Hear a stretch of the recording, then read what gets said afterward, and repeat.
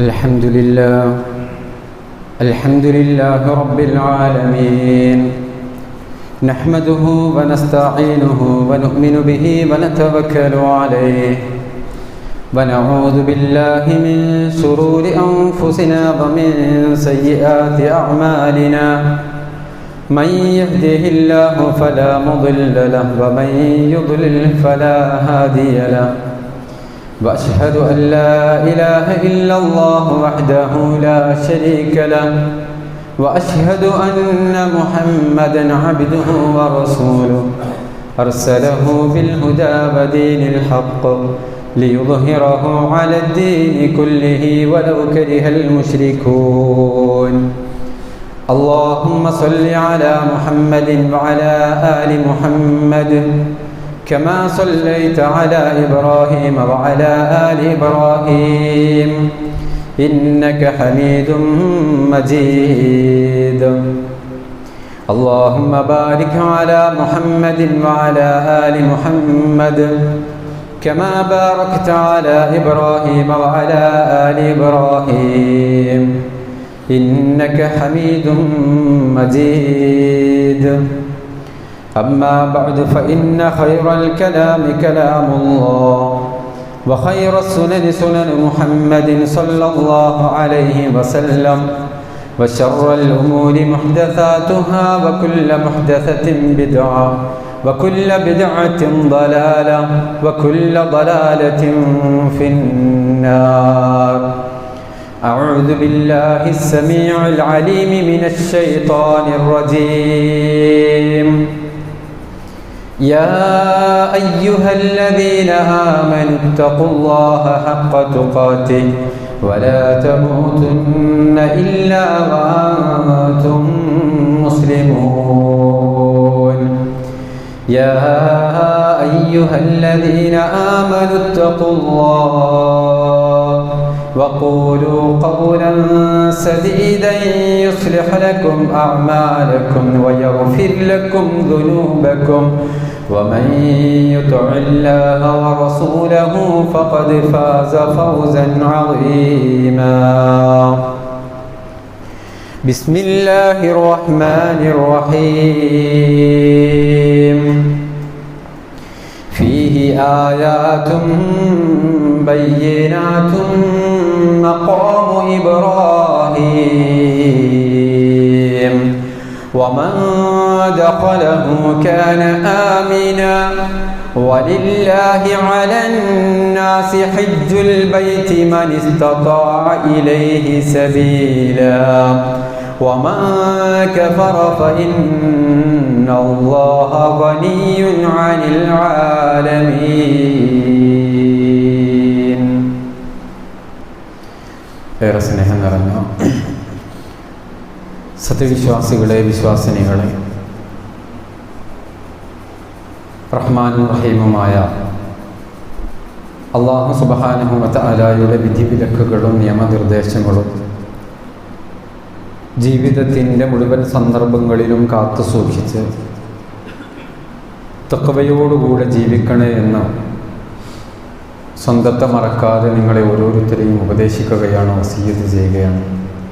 അല്ലാഹു സുബ്ഹാനഹു വ തആല നമ്മെ എല്ലാവരെയും അവൻ്റെ മുത്തഖീങ്ങളായ സ്വാലിഹീങ്ങളായ അടിമകളുടെ കൂട്ടത്തിൽ ഉൾപ്പെടുത്തി അനുഗ്രഹിക്കുമാറാകട്ടെ.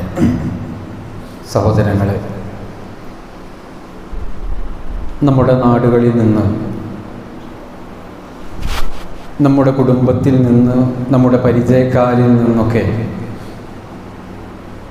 ലോകത്തിൻ്റെ പല ഭാഗങ്ങളിൽ നിന്നും പരിശുദ്ധ മക്കയിലേക്ക് ഹജ്ജ് കർമ്മം നിർവഹിക്കുന്നതിന് വേണ്ടി പോകാനുള്ള തയ്യാറെടുപ്പിലാണ് ധാരാളം ആളുകൾ.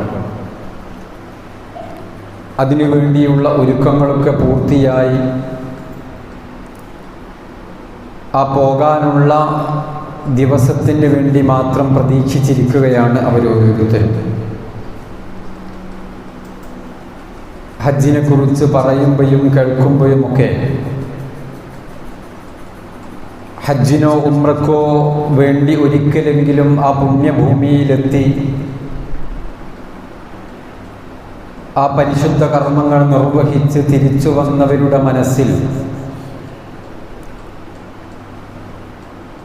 എന്തെന്നില്ലാത്ത ഒരു സന്തോഷവും ആഹ്ലാദവുമൊക്കെയാണ് അലതല്ലുക.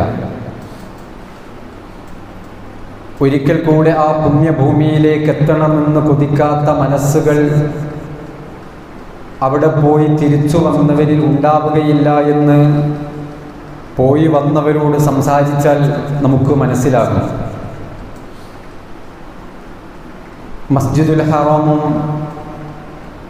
മസ്ജിദുൽ നബവിയും അതുപോലെ തന്നെ മിനയും മുസ്ദലിഫയും മതാഫും കഅബയും ഹജറുൽ അസ്വദും സഫാ മർവയും എല്ലാം ഒരു ഹാജിയെ സംബന്ധിച്ചിടത്തോളം ഉൾപ്പുളകമണിയിക്കുന്ന കോരിത്തരിപ്പിക്കുന്ന ഓർമ്മകളാണ് ഒരു ഹാജിക്ക് സമ്മാനിക്കുന്നത്. പല ആളുകളും അവിടെ എത്തി ആ കർമ്മങ്ങൾ ചെയ്ത് തിരിച്ചു വന്നവരുണ്ട്. നമ്മുടെ കൂട്ടത്തിൽ ഇന്ന് പലരും അതിനു വേണ്ടി ദിവസം കാത്തിരിക്കുന്ന ആളുകളാണ്. പലരും അതിനു വേണ്ടി പ്രാർത്ഥിക്കുകയും വല്ലാതെ ആഗ്രഹിക്കുകയും ചെയ്യുന്നവരുണ്ട്. പക്ഷേ അള്ളാഹു സാമ്പത്തികമായി അതിനുള്ള അഭിവൃദ്ധി നൽകാത്തവർ, ആരോഗ്യമായി അള്ളാഹു സുബ്ഹാനഹു വ തആല അതിന് അനുവദിക്കാത്തവർ, അങ്ങനെ പല ആളുകളും ഉണ്ടാകും. പലരും തൻ്റെ ജീവിതത്തിലെ സമ്പാദ്യങ്ങൾ സ്വരുക്കൂട്ടി ഒരിക്കലെങ്കിലും ഞാൻ 40 വർഷമായി 50 വർഷമായി 60 വർഷമായി തിരിഞ്ഞു നിൽക്കുന്ന ആ കഅബാലയം, ഈ ലോകത്ത് റഹ്മാനായ റബ്ബിനെ മാത്രം ആരാധിക്കുന്നതിന് വേണ്ടി, ഇബാദത്ത് ചെയ്യുന്നതിന് വേണ്ടി ആദ്യമായി ഈ ലോകത്ത് നിർമ്മിക്കപ്പെട്ട ആ പരിശുദ്ധ കഅബ, അതൊന്ന് പോയി കാണണമെന്നും ആ ഹജ്ജ് നിർവഹിക്കണമെന്നുമൊക്കെ പ്രതീക്ഷിച്ചുകൊണ്ട് തൻ്റെ സമ്പാദ്യങ്ങൾ ചൊരിക്കൂട്ടി വെച്ച് അതിന് പരിശ്രമിക്കുന്നവർ, അതിനുവേണ്ടി സദാ പ്രാർത്ഥിച്ചു കൊണ്ടിരിക്കുന്നവർ, ഇതൊക്കെ നമ്മുടെ കൂട്ടത്തിലുള്ള ആളുകളാണ്. ഒരു വിശ്വാസിയെ സംബന്ധിച്ചിടത്തോളം അതൊരു വിശ്വാസിയുടെ സ്വഭാവമാണ്. അത് അവൻ്റെ മനസ്സിനകത്തുള്ള അവൻ്റെ തഖ്വയുടെ ഭാഗമാണ്. ആ തഖ്വയാണ് അത്തരത്തിലുള്ള പ്രവർത്തനങ്ങൾക്ക്, പ്രാർത്ഥനകൾക്കൊക്കെ അവന് പ്രചോദനം നൽകുന്നത്. നമുക്കെല്ലാവർക്കും ആ പുണ്യഭൂമികളിൽ എത്താനും അവിടെ ചെന്നുകൊണ്ട് റസൂലുള്ളാഹി സ്വല്ലല്ലാഹു അലൈഹി വസല്ലം കാണിച്ചു തന്നതുപോലെയുള്ള മഖ്ബൂലും മബ്റൂറുമായ ഹജ്ജും ഉംറയും ഒക്കെ നിർവഹിക്കാനും അള്ളാഹു നമുക്ക് ഓരോരുത്തർക്കും തൗഫീഖ് നൽകി അനുഗ്രഹിക്കുമാറാവട്ടെ. ഈ തവണ ഹജ്ജിന് വേണ്ടി തയ്യാറായ നമ്മുടെ സഹോദരീ സഹോദരങ്ങൾ, അവർക്കൊക്കെ മഖ്ബൂലും മബ്റൂറുമായ ഹജ്ജും ഉംറയും നിർവഹിച്ച് ആരോഗ്യത്തോടുകൂടെ ആ കർമ്മങ്ങളൊക്കെ പൂർത്തീകരിച്ച് സന്തോഷത്തോടുകൂടെ നമ്മിലേക്ക് തന്നെ തിരിച്ചു വരാൻ അല്ലാഹു സുബ്ഹാനഹു വ തആല അവർക്കൊക്കെ തൗഫീഖ് നൽകി അനുഗ്രഹിക്കുമാറാവട്ടെ. സഹോദരങ്ങളെ, ഇതൊക്കെ നമ്മുടെ കൂട്ടത്തിലുള്ള പല ആളുകളാണ്. ഇതേ രൂപത്തിൽ വേറെ ഒരു വിഭാഗം ആളുകളുണ്ട്. സാമ്പത്തികമായി അള്ളാഹു അഭിവൃദ്ധി നൽകിയ ആളുകൾ, ആരോഗ്യപരമായിട്ട് അള്ളാഹു സുബ്ഹാനഹു വ തആല അനുഗ്രഹം ചൊരിഞ്ഞ ആളുകൾ, മറ്റെല്ലാ രൂപത്തിലുമുള്ള അനുഗ്രഹങ്ങൾ ഒത്തിണങ്ങിയിട്ടും ഒരു മനുഷ്യന് ഹജ്ജ് നിർബന്ധമാകുന്ന എല്ലാ സാഹചര്യങ്ങളും ഒത്തിണങ്ങിയിട്ടും ഹജ്ജിന് പോകാത്ത ആളുകൾ, അതിനെക്കുറിച്ച് ആലോചിക്കാത്ത ആളുകൾ, അത്തരം ക്ലാസ്സുകൾ കേൾക്കുമ്പോൾ, അത്തരം വിഷയങ്ങൾ ചർച്ച ചെയ്യുമ്പോൾ അതിന് സമയമായിട്ടില്ല എന്നും കുറച്ചും കൂടെ കഴിയട്ടെ എന്നും അനാവശ്യമായ പല ഒഴിവുകഴിവുകളും പറഞ്ഞുകൊണ്ട് ആ ഹജ്ജിൽ നിന്നും മനഃപൂർവ്വം മാറി നിൽക്കുന്ന ആളുകൾ, വളരെ ഗൗരവത്തോടുകൂടെയാണ് നമ്മൾ ഓരോരുത്തരും ആ വിഷയം നോക്കിക്കാണേണ്ടത്. ഒരു മുസ്ലിമിന് അവൻ്റെ ഇസ്ലാം പൂർത്തീകരിക്കണമെങ്കിൽ ഹജ്ജിൻ്റെ സാഹചര്യങ്ങൾ ഒത്തുവന്നിട്ട് അത് നിർവഹിച്ചിട്ടില്ല എങ്കിൽ അവൻ്റെ ഇസ്ലാം പൂർത്തീകരിച്ചിട്ടില്ല എന്ന് തന്നെയാണ് നമ്മൾ മനസ്സിലാക്കേണ്ടത്. മഹാനായ ഇബ്നു ഉമർ റളിയല്ലാഹു അൻഹു അദ്ദേഹത്തിൽ നിന്ന് റിപ്പോർട്ട് ചെയ്യുന്ന ഹദീസിൽ റസൂലുള്ളാഹി സ്വല്ലല്ലാഹു അലൈഹി വസല്ലം പറഞ്ഞു, ബുനിയൽ ഇസ്ലാമു അലാ ഖംസ്, 5 കാര്യങ്ങളെ കൊണ്ടാണ് ഇസ്ലാം പടുത്തുയർത്തപ്പെട്ടിട്ടുള്ളത്, ഇസ്ലാം നിർമ്മിക്കപ്പെട്ടിട്ടുള്ളത്. ഷഹാദത്തി അല്ലാ ഇലാഹ ഇല്ലല്ലാഹു വ അന്ന മുഹമ്മദർ റസൂലുള്ളാഹ്, ഒന്നാമത്തേത് ഷഹാദത്ത് കലിമയാണ്. രണ്ടാമത്തത് അത് നമസ്കാരമാണ്. മൂന്നാമത്തത് സക്കാത്ത് കൊടുക്കലാണ്. വസൗമി റമദാൻ, നാലാമത്തത് റമദാൻ മാസത്തിലെ നോമ്പാണ്. വഹജ്ജിൽ ബൈത്ത്, അഞ്ചാമത്തെ കാര്യം അത് ഹജ്ജിൽ ബൈത്ത്, ഹജ്ജ് ചെയ്യുക എന്നുള്ളതാണ്. അവിടെ നിബന്ധനയുണ്ട്. ആ നിബന്ധനകൾ പൂർത്തീകരിക്കപ്പെട്ട ഒരു മനുഷ്യനെ സംബന്ധിച്ചിടത്തോളം അത് ഇസ്ലാം കാര്യത്തിൽ അഞ്ചാമത്തതാണ്. 4 കാര്യങ്ങളും ഒരാൾ നിർവഹിച്ചു, പക്ഷേ ഹജ്ജ് നിർവഹിച്ചിട്ടില്ല എങ്കിൽ തീർത്തും അവൻ അല്ലാഹുവിന്റെ സമീപത്ത് കുറ്റക്കാരനാണ്. ഈ നിബന്ധനകൾ ഒത്തുവന്ന ഒരു മനുഷ്യൻ അല്ലാഹുവിന്റെ സമീപത്ത് ചോദ്യം ചെയ്യപ്പെടുന്നതാണ്. നോക്കൂ, വിശുദ്ധ ഖുർആനിൽ ഞാൻ ആദ്യം ഓതി വെച്ച സൂറത്ത് ആലി ഇമ്രാന്റെ 197-ാമത്തെ വചനത്തിൽ അതിന്റെ ഭാഗത്ത് അല്ലാഹു പറയുന്നത് എന്താ? വലില്ലാഹി അലന്നാസി ഹജ്ജുൽ ബൈതി മൻ ഇസ്തതാഅ ഇലൈഹി സബീലാ വമൻ കഫറ ഫഇന്നല്ലാഹ ഗനിയ്യുൻ അനിൽ ആലമീൻ. അല്ലാഹുവിനോടുള്ള ബാധ്യതയാണ് ജനങ്ങളെ സംബന്ധിച്ചിടത്തോളം, അല്ലാഹുവിനോടുള്ള ബാധ്യതയാണ് ഹജ്ജുൽ ബൈത്ത്, ആ കഅബത്തിങ്കൽ ചെന്ന് ഹജ്ജ് ചെയ്യുക എന്നുള്ളത്. മനിസ്തതാഅ ഇലൈഹി സബീല, അവിടേക്ക് പോകാനുള്ള ഈ സാഹചര്യങ്ങളൊക്കെ ഒത്തിണങ്ങിയാൽ അവന് പോകാൻ ബുദ്ധിമുട്ടില്ല, സാമ്പത്തികമായി പ്രശ്നമില്ല, ആരോഗ്യമുണ്ട്, മറ്റ് തടസ്സങ്ങളൊന്നും അവനില്ല എങ്കിൽ അവൻ പോകൽ അല്ലാഹുവിനോടുള്ള ബാധ്യതയാണ്, നിർബന്ധമാണ്. എന്നിട്ട് അല്ലാഹ് ആയത്ത് അവസാനിപ്പിക്കുന്നത് എങ്ങനെയാണെന്നറിയോ?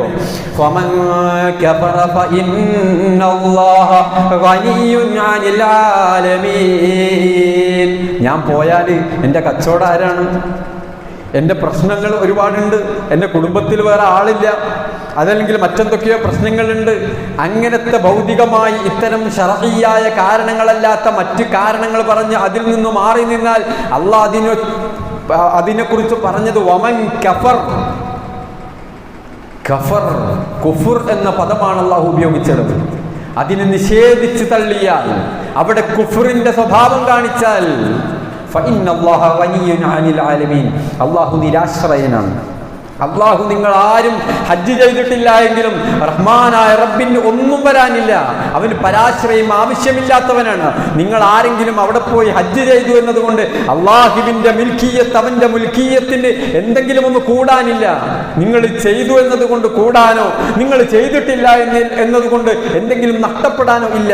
ഇന്നല്ലാഹ ഗനിയ്യുൻ അനിൽ ആലമീൻ, അത് നിങ്ങൾക്കുള്ളതാണ്. അതിന്റെ പ്രതിഫലം, അതിന്റെ പരിണിത ഫലം അനുഭവിക്കേണ്ടത് നിങ്ങളാണ് എന്നാണ് അല്ലാഹു സുബ്ഹാനഹു വ തആല നമ്മോട് പഠിപ്പിക്കുന്നത്. അതുകൊണ്ട് നമ്മൾ ശ്രദ്ധിക്കേണ്ടതും അതാണ്. സാഹചര്യങ്ങൾ ഒത്തിണങ്ങിയാൽ ഓരോ മനുഷ്യർക്കും അത് ബാധ്യതയാണ് എന്നാണ്. മാത്രമല്ല, സാഹചര്യങ്ങൾ ഒത്തിണങ്ങിയിട്ടും അത് യുവത്വത്തിലാണ് എന്നതുകൊണ്ട്, ഞാനിപ്പോ ചെറുപ്പക്കാരനാണ് എന്നതുകൊണ്ട്, അതല്ലെങ്കിൽ കുറച്ചുകൂടെ കഴിയട്ടെ എന്ന് മനസ്സിലാക്കിക്കൊണ്ട് പലരും പിന്തിക്കുന്നുണ്ട്.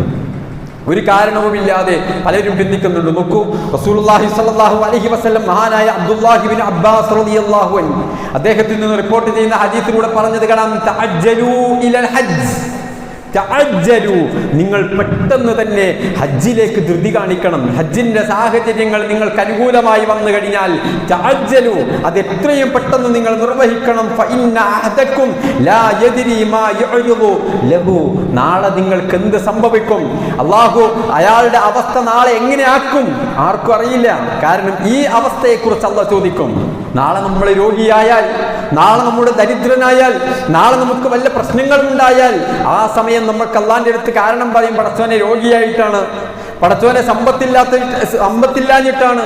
പക്ഷെ അല്ലാഹു ചോദിക്കും, ഒരു അവസരത്തെ നിനക്ക് ഞാൻ തന്നിട്ടില്ലായിരുന്നോ, നിനക്ക് ഈ അനുഗ്രഹങ്ങൾ തന്നിട്ടില്ല, അന്ന് നീ എന്തേ മാറ്റിവെച്ചത് എന്ന ചോദ്യം ചോദിക്കാതിരിക്കണമെങ്കിൽ അല്ലാഹുവിന്റെ ഹബീബ് സല്ലല്ലാഹു അലൈഹി വസല്ലം പഠിപ്പിച്ചു, തഅജ്ജലൂ, ആ അനുകൂലമായ സാഹചര്യങ്ങൾ വന്നെത്തിയാൽ പിന്നെ നിങ്ങൾ അതിൽ ധൃതി കാണിക്കണമെന്ന് മഹാനായ റസൂൽ സല്ലല്ലാഹു അലൈഹി വസല്ലം മറ്റൊരു ഹദീസിലൂടെ പറഞ്ഞു, മൻ അറാദൽ ഹജ്ജ്, ആരെങ്കിലും ഹജ്ജ് മനസ്സിൽ ഉദ്ദേശിച്ചിട്ടുണ്ട് എങ്കിൽ ഫൽയതഅജ്ജൽ, അവനത് പെട്ടെന്ന് തന്നെ നിർവഹിക്കണം. അനുകൂലമായ സാഹചര്യങ്ങൾ ഒത്തിണങ്ങിയാൽ പിന്നെ അതെത്രയും പെട്ടെന്ന് നിർവഹിക്കണമെന്ന് റസൂലുള്ളാഹി സ്വല്ലല്ലാഹു അലൈഹി വസല്ലം ഇത്തരം ഹദീസുകളൊക്കെ എടുത്തു വെച്ചിട്ട് മഹാന്മാരായ പണ്ഡിതന്മാർ നമുക്ക് പഠിപ്പിച്ചു തരുന്നത് ഈ ഷർത്തുകൾ ഒത്തിണങ്ങിയിട്ട് ഒരാൾക്ക് ഇത്തരത്തിലുള്ള എല്ലാ കാര്യങ്ങളും ഒത്തുവന്നിട്ട് അയാൾ പുരുഷനാവട്ടെ സ്ത്രീയാവട്ടെ ആരാവട്ടെ അയാൾക്ക് ഇതെല്ലാം ഒത്തുവന്നിട്ടും അയാൾ ഹജ്ജ് നിർവഹിക്കുന്നില്ല എങ്കിൽ അത് വലിയ തിന്മയാണ് എന്ന് മഹാന്മാരായ പണ്ഡിതന്മാർ നമുക്ക് പഠിപ്പിച്ചു തരുന്നു. മഹാനായ ശൈഖ് ഇബ്നു ബാസ് റഹിമഹുല്ലാഹ് അദ്ദേഹം വിശദീകരിക്കുന്നത് കാണാം. മൻ ഖദറ അലൽ ഹജ്ജ് വലം യഹുജ്ജൽ ഫരീദ, ഒരാൾക്ക് എല്ലാ തരത്തിലുള്ള കാര്യങ്ങളും സാഹചര്യങ്ങളും അനുകൂലമാക്കി നൽകപ്പെട്ടിട്ടുണ്ട് റബ്ബിന്റെ ഭാഗത്ത് നിന്ന്. പക്ഷേ വലം യഹുജ്, അയാൾ ഹജ്ജിന് വേണ്ടി തയ്യാറായിട്ടില്ല. മാത്രമല്ല ഒരു ശർഈയായ കാരണവുമില്ലാതെ അയാൾ അതിനെ പിന്തിക്കുകയാണ്, മാറ്റിവെക്കുകയാണ്. അടുത്ത കൊല്ലാവാം, കുറച്ചും കൂടെ കഴിയട്ടെ, പിന്നെ ആവാം എന്നുള്ള രൂപത്തിൽ അയാൾ അതിനെ പിന്തിക്കുകയാണെങ്കിൽ ഏറ്റവും വലിയ പാപമാണ് അയാളിൽ നിന്നുണ്ടാവുന്നത് എന്ന് മഹാനായ ശൈഖ് ഇബ്നു ബാസ് റഹിമഹുല്ലാഹ് രേഖപ്പെടുത്തുന്നതായി നമുക്ക് കാണാൻ കഴിയും. എന്നിട്ട് അദ്ദേഹം അവസാനിപ്പിക്കുന്നത് അതുകൊണ്ട് തന്നെ ഫൽ വാജിബു അലൈഹി തൗബ ഇലല്ലാഹ്, അയാൾ ഉടനെ തന്നെ അള്ളാഹുവിലേക്ക് തൗബ ചെയ്ത് മടങ്ങണം. അയാൾ ചെയ്തത് ഹറാമാണ്, വലിയ തിന്മയാണ്, അള്ളാഹുവിലേക്ക് പശ്ചാത്തപിച്ചു മടങ്ങണം. മാത്രമല്ല ഹജ്ജ്, ഉടനെ തന്നെ ഹജ്ജിന് വേണ്ട കാര്യങ്ങൾ അയാളിൽ നിന്നുണ്ടാവുകയും ചെയ്യണമെന്ന് രേഖപ്പെടുത്തുന്നു പണ്ഡിതന്മാർ. അതൊക്കെ ഈ ഹദീസുകളും അതുപോലെ തന്നെ ഈ ആയത്തുകളും ഒക്കെ അടിസ്ഥാനപ്പെടുത്തിയിട്ടാണ് പണ്ഡിതന്മാർ നമുക്ക് ഇത് പഠിപ്പിച്ചു തരുന്നത്. മാത്രമല്ല ഇത് പുരുഷന്മാർക്ക് മാത്രമല്ല.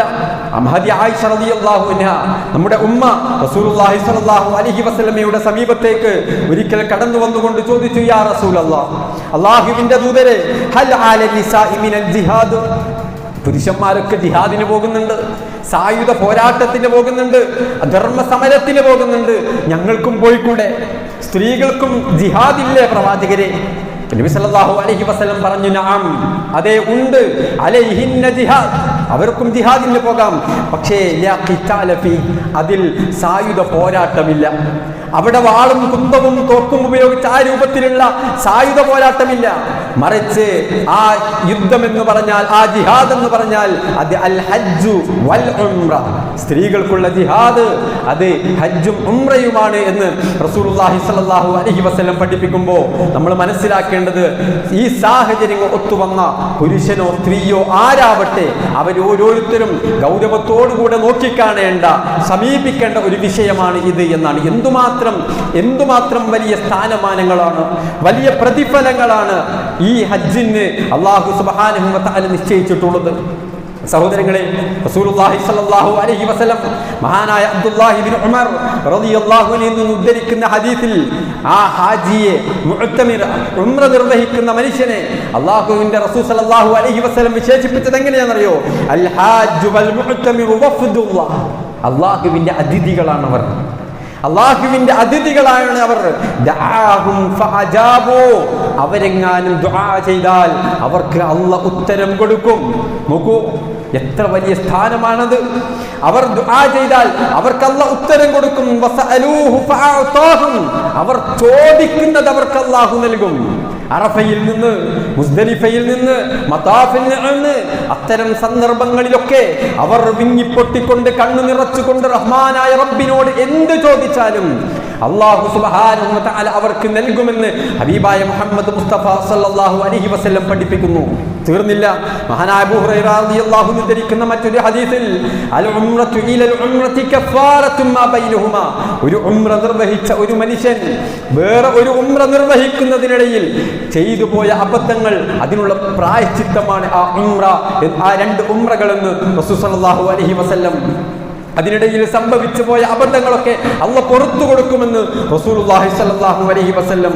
എന്നിട്ട് നബി സല്ലല്ലാഹു അലൈഹി വസല്ലം അവസാനിപ്പിക്കുന്നത് ഇങ്ങനെയാണ്, വൽ ഹജ്ജുൽ മബ്റൂർ, പുണ്യകരമായ ഹജ്ജ്, സ്വീകാര്യയോഗ്യമായ ഹജ്ജ്, ലൈസ ലഹു ജസാഇൻ ഇല്ലൽ ജന്ന, അതിന് സ്വർഗ്ഗമല്ലാതെ പ്രതിഫലമില്ല. ലാ ഇലാഹ ഇല്ലല്ലാഹ്. സഹോദരങ്ങളെ, നമ്മുടെ കൂട്ടത്തിൽ നിന്ന് പോകാൻ ഒരുങ്ങുന്നവർ, അതിനുവേണ്ടി നിയ്യത്ത് വെച്ചവർ, അതിനുവേണ്ടി തയ്യാറെടുപ്പുകൾ നടത്തുന്നവർ, നടത്തുന്നവർ അവരാലോചിക്കേണ്ട ഒരു കാര്യം എന്താ?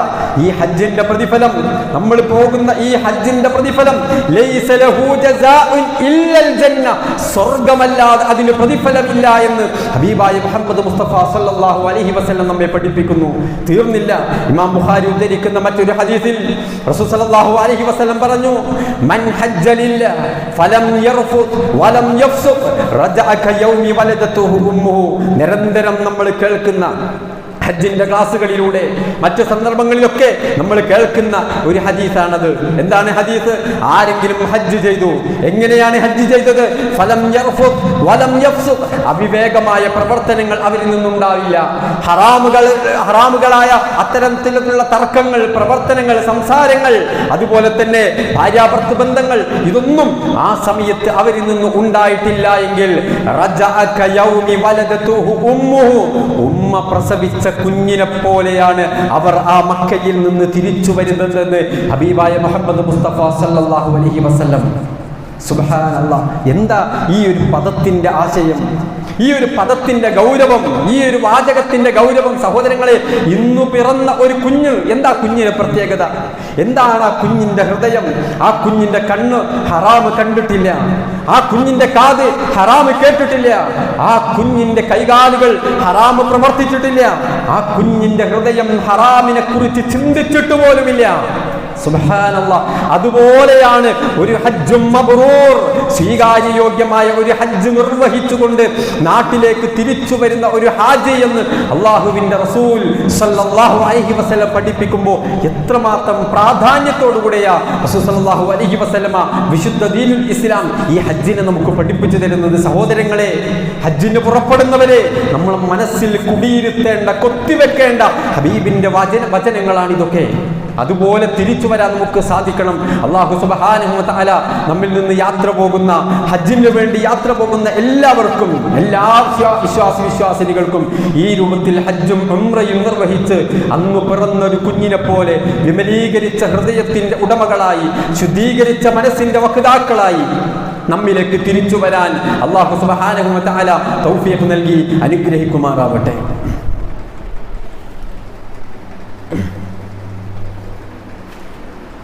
അൽഹംദുലില്ലാഹി റബ്ബിൽ ആലമീൻ, അസ്സലാത്തു വസ്സലാമു അലാ അഷ്റഫിൽ അംബിയാഇ വൽ മുർസലീൻ വഅലാ ആലിഹി വഅസ്ഹാബിഹി അജ്മഈൻ, അമ്മാ ബഅദ്. ഒരിക്കൽ കൂടെ അല്ലാഹുവിനെ സൂക്ഷിച്ച് ജീവിക്കണേ എന്ന് എല്ലാവരെയും ഓർമ്മപ്പെടുത്തുകയാണ്. സൂചിപ്പിച്ചതുപോലെ ഒരു മുസ്ലിമിന് ഹജ്ജ് നിർബന്ധമാകുന്നത് ജീവിതത്തിൽ ഒരു സന്ദർഭത്തിലാണ്. നമ്മിൽ ആർക്കെല്ലാമാണ് അത് നിർവഹിക്കാനുള്ള തൗഫീഖ് ഉണ്ടാവുക എന്ന് നമുക്കാർക്കും അറിയുകയില്ല. നമ്മൾ ഓരോരുത്തരും അതിനു വേണ്ടി കൊതിക്കുകയും പ്രാർത്ഥിക്കുകയും ഒക്കെ ചെയ്യുമ്പോൾ ഈ ഒരു വർഷം അതിനുള്ള തൗഫീഖ് നമുക്ക് ലഭിച്ചിട്ടില്ല എങ്കിൽ അടുത്ത വർഷങ്ങളിൽ അത് നിർവഹിക്കാൻ നമ്മിൽ ആരൊക്കെ ഉണ്ടാകുമെന്നും നമുക്കറിയില്ല. അതുകൊണ്ട് തന്നെ നമ്മുടെ കൂട്ടത്തിൽ ഹജ്ജിന് പോകുന്ന ആളുകൾ അവർ പ്രത്യേകിച്ചും ശ്രദ്ധിക്കേണ്ട ഒരു കാര്യം, ഈ ഹജ്ജ് ഇത് നമ്മിൽ നിന്ന് സ്വീകരിച്ചിട്ടില്ല എങ്കിൽ അങ്ങനെയും വരാം. അതും നമ്മൾ മുന്നിൽ കാണണം. ഈ ഹജ്ജെങ്ങാനും അല്ലാഹു സുബ്ഹാനഹു വ തആല നമ്മിൽ നിന്ന് സ്വീകരിച്ചിട്ടില്ല എങ്കിൽ അതിനകത്തുള്ള അപാകതകൾ പരിഹരിച്ചുകൊണ്ട് അടുത്ത ഒരു ഹജ്ജ് ചെയ്യാൻ സാധിക്കുമെന്ന് ഒരു ഉറപ്പ് നമുക്കില്ല. അതുകൊണ്ട് തന്നെ വളരെ ഗൗരവത്തോടുകൂടെ നമ്മൾ മനസ്സിലാക്കേണ്ട ഒരു കാര്യം, ഈ ഹജ്ജ് തന്നെ റബ്ബ് നമ്മിൽ നിന്ന് സ്വീകരിക്കണം. അതിന് വേണ്ട തയ്യാറെടുപ്പുകൾ കൃത്യമായി ഹജ്ജിൻ്റെ മുന്നോടിയായിക്കൊണ്ട് നമ്മൾ നടത്തേണ്ടതുണ്ട്. ഇത് ഞാൻ പറയുമ്പോഴും പോകുന്ന ആളുകൾ വേണ്ട തയ്യാറെടുപ്പുകളൊക്കെ നമ്മൾ നടത്തിയിട്ടുണ്ടല്ലോ. നമ്മുടെ കുടുംബങ്ങളുടെ വീടുകളിലൊക്കെ പോയിട്ടുണ്ട്, കൂട്ടുകാരൊക്കെ കണ്ടിട്ടുണ്ട്, നാട്ടുകാരോടൊക്കെ യാത്ര പറഞ്ഞിട്ടുണ്ട്. നമ്മളെന്തെങ്കിലും ചെയ്തു പോയിട്ടുണ്ടെങ്കിൽ അതൊക്കെ മാപ്പ് ചോദിച്ചിട്ടുണ്ട്. അങ്ങനെ നമ്മൾ തെറ്റ് ചെയ്തിട്ട് അതിൻ്റെ പേരിൽ കുടുംബബന്ധം മുറിഞ്ഞവരുടെ വീടുകളിലേക്ക് നമ്മൾ പോയിട്ടുണ്ട്. ആ കുടുംബബന്ധം വിളക്കി ചേർത്തിട്ടുണ്ട്. അവരോട് മാപ്പ് ചോദിച്ച് പൊരുത്തപ്പെട്ട് തരാൻ വേണ്ടി പറഞ്ഞിട്ടുണ്ട്. ബാധ്യതകളൊക്കെ നിർവഹിച്ചിട്ടുണ്ട്. നമ്മൾ തെറ്റ് ചെയ്തതിൻ്റെ കാരണത്താൽ കുടുംബബന്ധം മുറിഞ്ഞവർ മറ്റൊരു തരത്തിലുള്ള മാനദണ്ഡങ്ങളുമില്ലാത്ത അവരുടെ സമീപത്തേക്ക് ചെന്നു, അവരോട് മാപ്പ് ചോദിച്ചു എന്ന് മാത്രമല്ല, മറ്റുള്ളവരുടെ കാരണത്താൽ കുടുംബബന്ധം വിച്ഛേദിക്കപ്പെട്ടവരുടെ വീടുകളിലേക്കും നമ്മൾ ചെന്ന് അവരോട് സലാം പറഞ്ഞ് അവർക്ക് മാപ്പ് കൊടുത്ത് അഫ്വ് ചെയ്തു കൊടുത്ത് ആ ബന്ധങ്ങളൊക്കെ വിളക്കി ചേർത്ത് ഞങ്ങൾ തയ്യാറായിരിക്കുകയാണ്. ഇനി എന്താണ് ഒരുക്കം? സഹോദരങ്ങളെ, ഇവിടെയാണ് ഗൗരവമുള്ള ചില കാര്യങ്ങൾ നമ്മൾ മനസ്സിലാക്കേണ്ടത്. ഇങ്ങനെയൊക്കെ നമ്മൾ ചില അമലുകൾ സ്വീകരിച്ചാലും ചില അമലുകൾ പ്രവർത്തിച്ചാലും അള്ളാഹ് ചിലത് സ്വീകരിക്കില്ല എന്ന് പ്രമാണങ്ങൾ നമ്മെ പഠിപ്പിക്കുന്നുണ്ട്. അവിടെ ചില കാര്യങ്ങൾ കൂടെ നമ്മൾ ശ്രദ്ധിക്കേണ്ടതുണ്ട് എന്നർത്ഥം. വിശുദ്ധ ഖുർആനിൽ സൂറത്തുൽ മാഊനിൽ അല്ലാഹു സുബ്ഹാനഹു വ തആല പറയുന്നുണ്ട്, ഫവൈലുൽ ലിൽ മുസല്ലീൻ അല്ലദീന ഹും അൻ സ്വലാത്തിഹിം സാഹൂൻ അല്ലദീന ഹും യുറാഊൻ. നമസ്കരിക്കുന്നവർക്കാണ് നരകമുള്ളത്. നിസ്കരിക്കാത്തത് കൊണ്ടല്ല, നിസ്കരിച്ചിട്ട് നരകം വാങ്ങുന്ന ആളുകൾ. എന്തേ കാരണം? അല്ലാഹ് അവരെ കുറിച്ച് പറഞ്ഞത് അല്ലദീന ഹും യുറാഊൻ. അവർ നിസ്കരിക്കുമ്പോൾ അവരുടെ നിയ്യത്ത് ശരിയായിട്ടില്ല. അവർ മറ്റാരെയോ കാണിക്കാനാണ്. എല്ലാവരും പോകുമ്പോൾ എങ്ങനെയാ ഞാൻ പോകാതിരിക്കുക? അതല്ലെങ്കിൽ ഞാനിങ്ങനെ പോയാലേ എന്നെ ഒരു നമസ്കാരക്കാരനായ ഒരു മാന്യനായ ആളുകൾ പരിഗണിക്കൂ. അല്ലെങ്കിൽ നിസ്കരിച്ചിട്ടില്ല എങ്കിൽ ആളുകളുടെ ഇടയിലൊക്കെ ഒരു മോശപ്പേര്, നിസ്കരിക്കാത്തോ എന്നുള്ളൊരു പേരല്ലേ എനിക്കുണ്ടാവുക. അതുണ്ടാവരുത്. ഇങ്ങനെ ചില ഉദ്ദേശ ലക്ഷ്യങ്ങൾ പിശാചി അയാളുടെ തലച്ചോറിലേക്ക് ഇട്ടുകൊടുത്ത് അതിൻ്റെ പ്രചോദനത്തിൽ അയാൾ പള്ളിയിലേക്ക് നടന്നു വന്നതും പള്ളിയിൽ നിന്ന് പിരിഞ്ഞു പോയതും. അയാൾ നിസ്കരിച്ചിട്ടുണ്ട്. സൂറത്തുൽ ഗാശിയയിൽ അള്ളാഹു പഠിപ്പിക്കുന്ന ചില ആളുകളുണ്ട്. പരലോകത്തെ ചില മുഖങ്ങൾ, ചില ആളുകൾ അവർ വലിയ പ്രയാസത്തിലാണ്. അവർ ഭയപ്പാടിന്റെ ആ ഒരു അവസ്ഥയിലാണുള്ളത്. ആമിലത്തുൻ നാസിബ. നിസ്കരിക്കാത്തവരല്ല, നോമ്പെടുക്കാത്തവരല്ല, ഹജ്ജ് ചെയ്യാത്തവരല്ല, ഒരുപാട് അമലുകൾ ചെയ്തു. ആമിലത്തുൻ നാസിബ. അമലുകൾ ചെയ്ത് ക്ഷീണിച്ചവരാണവർ, കുറച്ചൊന്നുമല്ല. പക്ഷേ അവർ നരകാവകാശികളാണ്. എന്തേ കാര്യം? ഇവിടെയാ വിഷയം. അവിടെയാണ് നമ്മൾ ഓരോരുത്തരും ശ്രദ്ധിക്കേണ്ട ചില കാര്യങ്ങൾ റസൂലുള്ളാഹി സ്വല്ലല്ലാഹു അലൈഹി വസല്ലം നമ്മെ പഠിപ്പിക്കുന്നത്. സഹോദരങ്ങളെ, ഇന്നമൽ അഅ്മാലു ബിന്നിയ്യാത്ത്.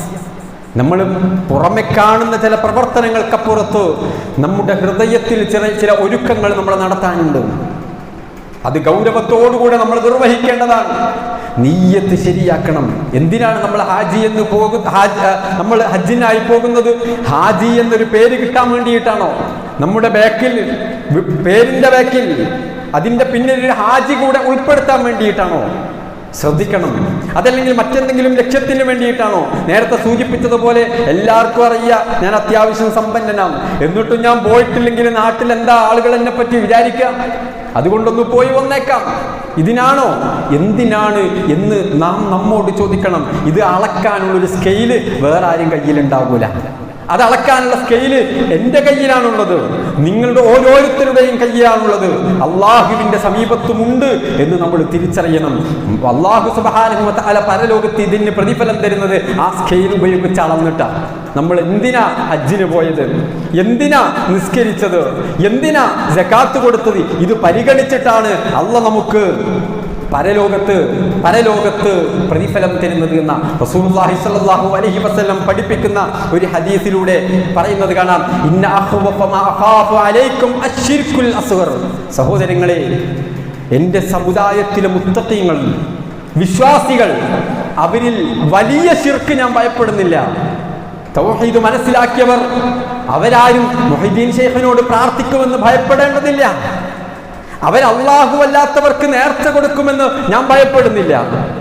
തൗഹീദ് മനസ്സിലാക്കിയവർ അല്ലാഹു അല്ലാത്തവരോട് പ്രാർത്ഥിക്കുമെന്നോ ഇബാദത്തുകൾ അല്ലാഹു അല്ലാത്തവർക്ക് കൊടുക്കുന്നോ ഞാൻ ഭയപ്പെടുന്നില്ല. മറിച്ച് ഞാൻ ഭയപ്പെടുന്നത് ഇന്ന അഖ്വഫ മാ അഖാഫു അലൈക്കും, നിങ്ങളിൽ, മുത്തഖീങ്ങളിൽ, വിശ്വാസികളിൽ, തൗഹീദ് മനസ്സിലാക്കിയവരിൽ ഞാൻ ഏറ്റവും ഭയപ്പെടുന്നത് അശ്ശിർകുൽ അസ്ഗർ, അത് ചെറിയ ശിർക്കാണ് എന്ന് റസൂലുള്ളാഹി സ്വല്ലല്ലാഹു അലൈഹി വസല്ലം. സ്വഹാബത്ത് ചോദിച്ചു, റസൂലേ വമശ്ശിർകുൽ അസ്ഗറു യാ റസൂലല്ലാഹ്, എന്താ നബിയെ ചെറിയ ശിർക്ക് എന്ന് പറഞ്ഞാൽ എന്താ? നബി സല്ലല്ലാഹു അലൈഹി വസല്ലം പറഞ്ഞു, ഹരിയ, അത് പ്രകടനപരതയാ. മറ്റുള്ളവർ കാണാൻ വേണ്ടി, മറ്റുള്ളവരുടെ പേര് കിട്ടാൻ വേണ്ടി, ശുഹ്റത്തിന് വേണ്ടി, ദിക്റിന് വേണ്ടി, സുംഅത്തിന് വേണ്ടി, അതിനു വേണ്ടി അമലുകൾ ചെയ്യുന്ന ആളുകൾ, അതൊരുപാട് ആളുകളുണ്ട്.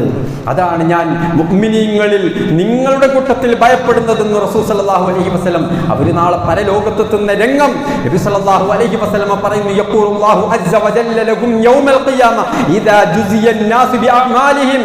നമ്മുടെ അമലുകൾക്കൊക്കെ പ്രതിഫലം തരുന്ന ഒരു ഖിയാമത്ത് നാൾ വരാനുണ്ട്.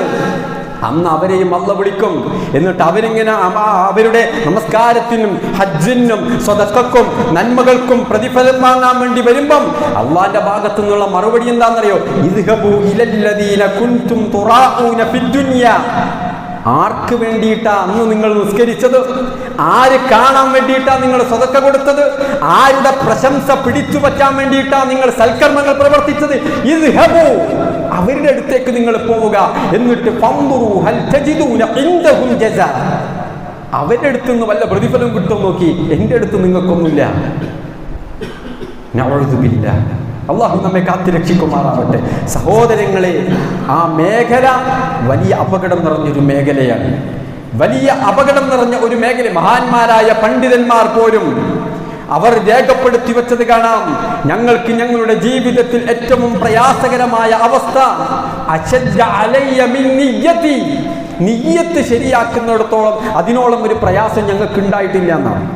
നിസ്കരിക്കാൻ നമുക്ക് പ്രയാസം ഉണ്ടാവില്ല, നോമ്പെടുക്കാൻ വലിയ പ്രയാസം ഉണ്ടാകില്ല, പോക്കറ്റിൽ നിന്നൊരു 100 രൂപ എടുത്ത് പാവപ്പെട്ടവനെ സഹായിക്കാൻ വലിയ പ്രയാസമൊന്നുമില്ല. പക്ഷേ അവിടെ നമ്മുടെ ഉദ്ദേശം ശുദ്ധീകരിക്കാൻ, നമ്മുടെ ലക്ഷ്യം നന്നാക്കാൻ, അള്ളാഹുവിന്റെ പ്രീതിയല്ലാത്ത മറ്റൊന്നും ഞാൻ ഉദ്ദേശിക്കുന്നില്ല എന്ന് നമ്മുടെ ആ ഒരു നിയ്യത്ത് നന്നാക്കാൻ, അതിനാണ് പണി, അതിനാണ് പാട്, അതിനാണ് ത്യാഗം.